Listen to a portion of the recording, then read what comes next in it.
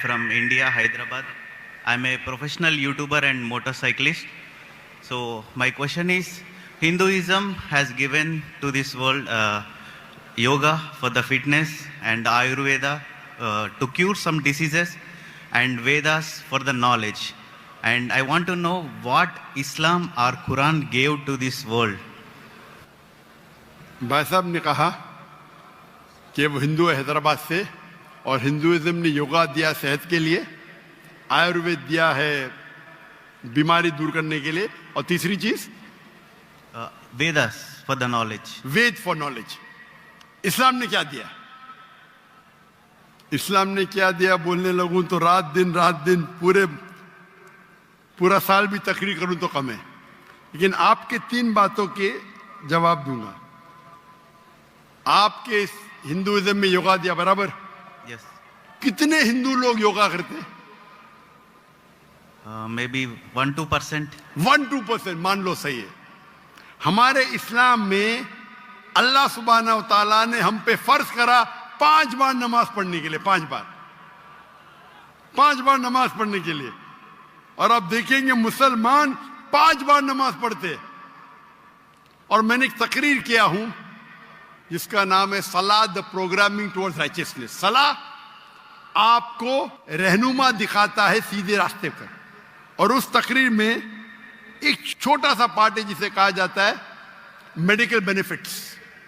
पूरी तकरीर 1.5 घंटे की है. मेडिकल बेनिफिट्स भी लंबे हैं. आज की साइंस कहती है कि हमारे जो पोजीशन है, सलाम में हमें खड़े रहना पड़ता है, रुकू करना पड़ता है, सिजदा करना पड़ता है. आपने देखा होगा मुसलमानों को नमाज पढ़ते हुए. तो ये पोजीशन के वजह से कई आपकी हड्डियों की ऑर्थोपेडिक बीमारियां दूर होती है. और सुजूद जो है सलाह का सबसे बेहतरीन पोजीशन है. सजदा में हम अपने जिस्म का सबसे ऊंचा हिस्सा जमीन पे लगाते और कहते अल्लाह की तारीफ करते, सुभान बिन आला, ग्लोरी बी टू अल्लाह. आज के साइकोलॉजिस्ट कहते हैं कि आप अपने माइंड को काबू में नहीं कर सकते, अपने हाथ अपने जिस्म को काबू में कर सकते, क्योंकि अपना माइंड भटकता है, अपना जहन. तो साइकोलॉजिस्ट कहते हैं जहन को काबू करने के लिए आप अपने जिस्म को काबू में कर सकते. तो हम क्या करते, सबसे हमारे अजीम जिस्म के ऊंचे पार्ट को हम हम्बल करते हैं और कहते सुभान बिन आला, ग्लोरी बी टू अल्लाह 3 बार.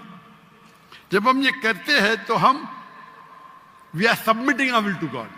ये करते टाइम पे कई फायदे होते. फरिश तो लंबी है, 2-3 चीज कहूंगा. आप जब हमारा जिस्म जो है, अक्सर लोग पूरे दिन खड़े रहते, कभी कभी लेटते. हम जब सिजदा करते हैं तो खून हमारे चेहरे में ज्यादा जाता है. जब खून चेहरे में ज्यादा जाता है तो जो चेहरे की चमड़ी है वो और हेल्दी होती है. आपको कई चेहरे की चमड़ी की बीमारी दूर हो जाती है. आप समझ रहे? Yeah. There is excess of blood flowing into the face. आप जब सिजदा करते हैं तो कई लोग को साइनस होते हैं. साइनस मतलब हमारे जो चेहरे के अंदर जो है साइनसेस है, मैक्सिलरी साइनस, स्मॉइडल साइनस. तो जब हम सिजदा करते हैं तो ये ड्रेन हो जाते हैं.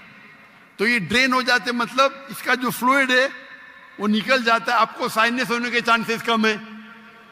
हम जब आम तौर पे सांस लेते हैं और सांस बाहर निकालते हैं, हमारे लंग्स की जो हवा है 2/3 2/3 हिस्सा हवा बाहर जाता है, हवा अंदर आता है. पूरे हवा बाहर नहीं जाती, अनलेस आप जानबूझ के करेंगे जो हम करते हैं आमतौर पे. जब हम सिजदा करते हैं तो हमारे जो पेट के जो एब्डोमिनल पार्ट्स है वो लंग के नीचे के हिस्सों को दबाते हैं. जब दबाते हैं तो वो रेसिडुअल एयर, मेडिकल में कहते हैं रेसिडुअल एयर, वो 1/3 हिस्सा जो हवा का है हमारे फेफड़े में वो भी बाहर निकलता है. तो हम सिजदे में जब सांस लेते हैं हमको फ्रेश एयर और आती है. तो फ्रेश एयर आने के वजह से हमारे फेफड़े की सेहत अच्छी होती है। हम जब सिजदा करते हैं तो हमें लेस चांसेस है हर्निया होने का। और कई फरिश्ते, हम जब सिजदे से उठते हैं तो हमारे जो थाई मसल्स है उसके ऊपर जोर आता है। हमारे thigh muscles of calf muscles को कहते हैं एक दूसरा दिल। हमारा दिल जो है हार्ट पंप करता है ब्लड को। हम जब नीचे उठते हैं सिजदे से क़याम पे और क़याम से रुकू पे रुके से वापस जाते सिजदे में, तो आप देखेंगे प्रेशर आता है काफ मसल पे। काफ मसल को कहा जाता है पेरिफेरल हार्ट। ये हार्ट मतलब ये ब्लड को पंप करता है बाकी हिस्सों की तरफ, हेल्दी रहता है। आप योगा की बात करते, बहुत से मेडिकल बेनिफिट्स है, लेकिन हम मुसलमान ये मेडिकल बेनिफिट्स के लिए नमाज नहीं पढ़ते। हम नमाज पढ़ते अल्लाह के लिए, अल्लाह की इबादत करने के लिए। ये जो मेडिकल बेनिफिट्स है हमारा साइड डिश है। साइड डिश ना हमारी बिरयानी है कि हम अल्लाह ताला की इबादत करते हैं, उसके साथ साथ ये बेनिफिट तो ऐसा ही मिल जाता हमको। कोई भी मुसलमान वर्जिश करने के लिए सलाह नहीं करता, सलाह करता है क्योंकि अल्लाह की इबादत करने के लिए। लेकिन साथ साथ वर्जिश भी हो रही है, सेहत भी हो रहा है। मैं कभी जिम में जाता ही नहीं हूं। मुझे लोग पूछते जिम में कितने बार जाते हैं? मैं नमाज पढ़ता हूं 5 टाइम, मैं पढ़ता हूं 7 टाइम। ताजुद आधा घंटा पढ़ो, 2 घंटा पढ़ो, 2 घंटा पढ़ता हूं। वर्जिश देखो, कल बीमार होने के बावजूद मैं 4 घंटा खड़ा था कि नहीं स्टेज के ऊपर, सलाह की वजह से। तो ये मेरी वर्जिश है। मैं कुरान के डब्बे उठाता हूं, मुझे नौकर उठाने की जरूरत ही नहीं। तो इस्लाम में जो सलाह है वो दूसरा नंबर है, सेकंड पिलर ऑफ इस्लाम है। आप जो योगा की बात कर रहे थे, आपके लोग 1 या 2% नमाज पढ़ते, बराबर। मुसलमान 5 टाइम भले ने जुम्मा तो पढ़ते, नमाज पढ़ते क्या नहीं? 5 टाइम कोई बोलेगा 10%, 20%, लेकिन जुम्मा तो पढ़ते। 80% तो पढ़ते, 90% तो पढ़ते जुम्मा।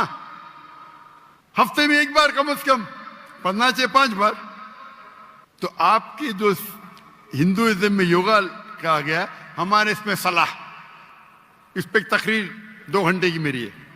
आपका दूसरा, आपने कहा आयुर्वेद, हमारे में तिब्बे नबवी है। तिब्बे नबवी, तिब्बे नबवी यानी मोहम्मद सल्लल्लाहु अलैहि वसल्लम ने जो हमें कहा हदीस में, किस तरीके से आप कई बीमारी को दूर कैसे, उसे कहते तिब्बे नबवी।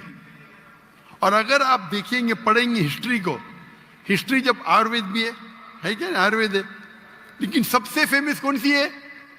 एलोपैथी, बराबर। जब हम 8वीं और 9वीं सदी, 8th और 9th सेंचुरी आप पढ़ेंगे तो यूरोपियन कहते डार्क एजेस, अंधेरा दौर। वो अंधेरा उनके लिए था, दुनिया के लिए नहीं। हम मुसलमान साइंस और टेक्नोलॉजी की चोटी पे थे। वो फिरंगी लोग, यूरोपियन, वो अनपढ़ थे।